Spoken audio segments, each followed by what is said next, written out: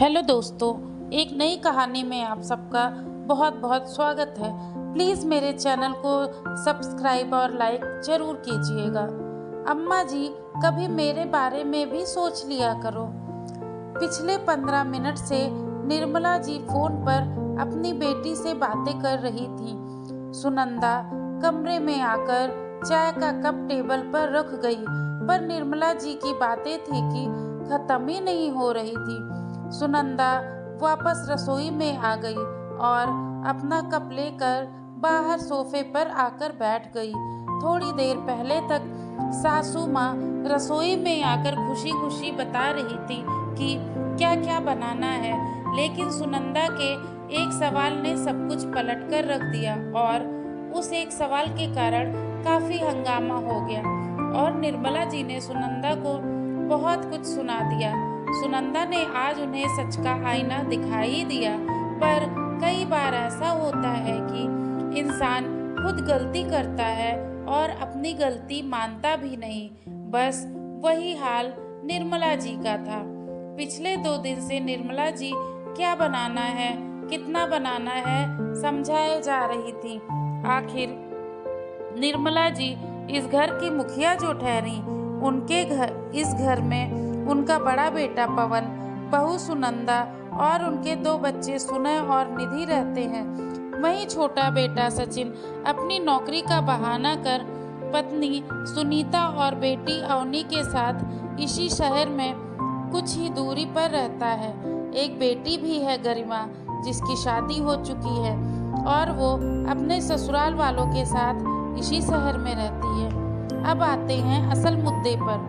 कल शीतला अष्टमी है। इस दिन सब लोग ठंडा खाना ही खाते हैं। इस कारण घर के सभी सदस्य कल ठंडा खाना ही खाएंगे, इसलिए कल के खाने की तैयारी की आज ही करनी थी। अब कल का दोनों वक्त का खाना साथ ही आज का खाना, कुल मिलाकर 3 वक्त का खाना बनाना था और खाने में भी कम वैरायटी नहीं बल्कि बहुत सारी चीजें बनती थी। 2 तरह की सब्जी, पुए पूरी, दही बड़े, नमकीन मठरी, मीठे पेड़े, मूंग थाल, गुजिया, 2-3 तरह की चटनियाँ, शक्करपारे आदि। सूखे सामान के लिए तो एक दिन पहले भट्टी लगती थी।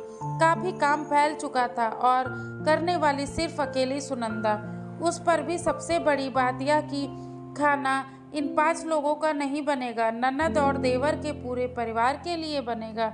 देवर देवरानी की शादी को भी 7 साल हो चुके हैं, पर शीतला अष्टमी पर कभी मदद कराने यहाँ नहीं आती।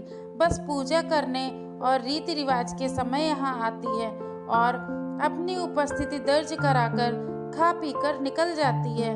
जाते जाते शाम का खाना भी पैक करा कर ले जाती है। वहीं ननद की शादी को भी 13 साल हो चुके हैं, पर निर्मला जी का नियम है कि वो बेटी के घर खाना जरूर भेजती हैं। ननद के पूरे परिवार के लिए दोनों टाइम का खाना यहाँ से पैक होकर जाता है, इसलिए ननद रानी को भी मशक्कत नहीं करनी पड़ती। वो तो बस रोटी राब बनाकर रख देती है और उसी से दूसरे दिन दोनों सास बहू पूजा कर लेती हैं, क्योंकि पता है खाना तो उसके मायके से आ जाएगा। अब बची निर्मला जी। हाँ, वो रसोई मदद करने जरूर आती हैं, पर थोड़ा उम्र का तकाजा है और थोड़ा सास होने का रौब, इसी कारण मदद कम करती हैं और ताने ज़्यादा मारती हैं। और सुनंदा सब कुछ सुनकर भी परिवार वालों की खुशी के लिए चुपचाप काम कर लेती थी। लेकिन इस बार सुनंदा की तबीयत ठीक नहीं थी। उसे आए दिन माइग्रेन की शिकायत हो रही थी। कल भी भट्टी चालू थी, लेकिन कल सुनंदा को माइग्रेन की समस्या हो गई, जिस कारण से ज़्यादा कुछ नहीं बन पाया। कुछ सूखा सामान बन चुका था, लेकिन अभी भी काफ़ी सूखा सामान बाकी था। ऊपर से आज ही सारा काम पूरा करना था, क्योंकि सामान पैक होकर ननद के घर जाना था। सुबह सुबह ननद का फोन आया तो सुनंदा से बोली, भाभी खाने में क्या क्या बना लिया है? दीदी, बहुत सर दर्द हो रहा है। कल रात को भी माइग्रेन की दवाई खाई थी, आज भी समस्या हो रही है। समझ नहीं आ रहा है कैसे बना पाऊंगी। अगर आप आ जाती तो थोड़ा मदद मिल जाती। सुनंदा ने भी सपाट शब्दों में कहा। अरे भाभी, मैं आपकी मदद करने आऊंगी तो मेरे ससुराल वाले क्या कहेंगे? इससे अच्छा आप छोटी भाभी को फोन कर लो, कहकर ननद ने फटाफट फोन रख दिया। उसकी बात सुनकर सुनंदा को बहुत बुरा लगा।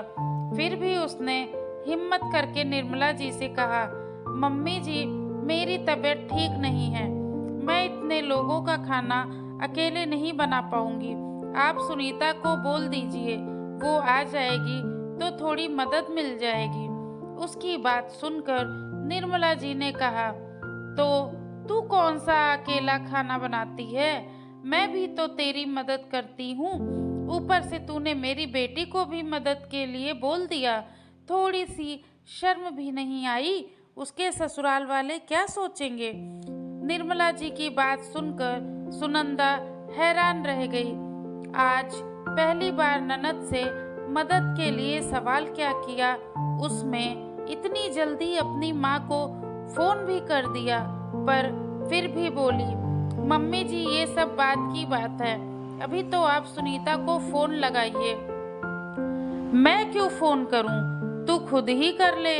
छोटे ननद और देवर सुहा नहीं रहे तुझे? घर की बड़ी बहू है तू। अरे, साल में उनके लिए एक बार बना लेती है तो कोई फर्क थोड़ी ना पड़ता है। सासू माँ भी बड़बड़ाती हुई सोफे पर बैठ गई। आखिर सुनंदा ने ही अपनी देवरानी को फोन किया और जानबूझकर फोन स्पीकर पर रख दिया। सुनीता, तुम आज आ जाती तो अच्छा होता, मेरी थोड़ी मदद हो जाती। मुझे बहुत सर दर्द हो रहा है। इतने लोगों का खाना शायद मैं नहीं बना पाऊंगी। अरे भाभी, आप पहले फोन करती तो मैं जरूर आ जाती। अभी फिलहाल तो मैं अपने मायके आई हूँ। यहाँ माँ की तबीयत थोड़ी खराब है, कहकर उसने भी फोन रख दिया, क्योंकि वह जानती थी कि कैसे भी करके सासू माँ सुनंदा से खाना बनवा ही लेंगी। सुनंदा ने सासू माँ की तरफ देखा तो उन्होंने सुनंदा को ही ताना मारते हुए कहा, अरे, उसकी माँ की तबीयत खराब है तभी नहीं आई, वरना तेरी तरह कामचोर नहीं है वो। अरे, मेरी छोटी बहू तो गुड़ों की खान है। सुनंदा को निर्मला जी की बात बुरी तो बहुत लग रही थी, इसलिए उसने साथ ही साथ सुनीता के मम्मी को फोन लगा दिया और उनका फोन भी स्पीकर पर रख दिया। जब उधर से उसकी मम्मी ने फोन उठाया तो सुनंदा ने कहा, नमस्ते आंटी जी, कैसी हैं आप?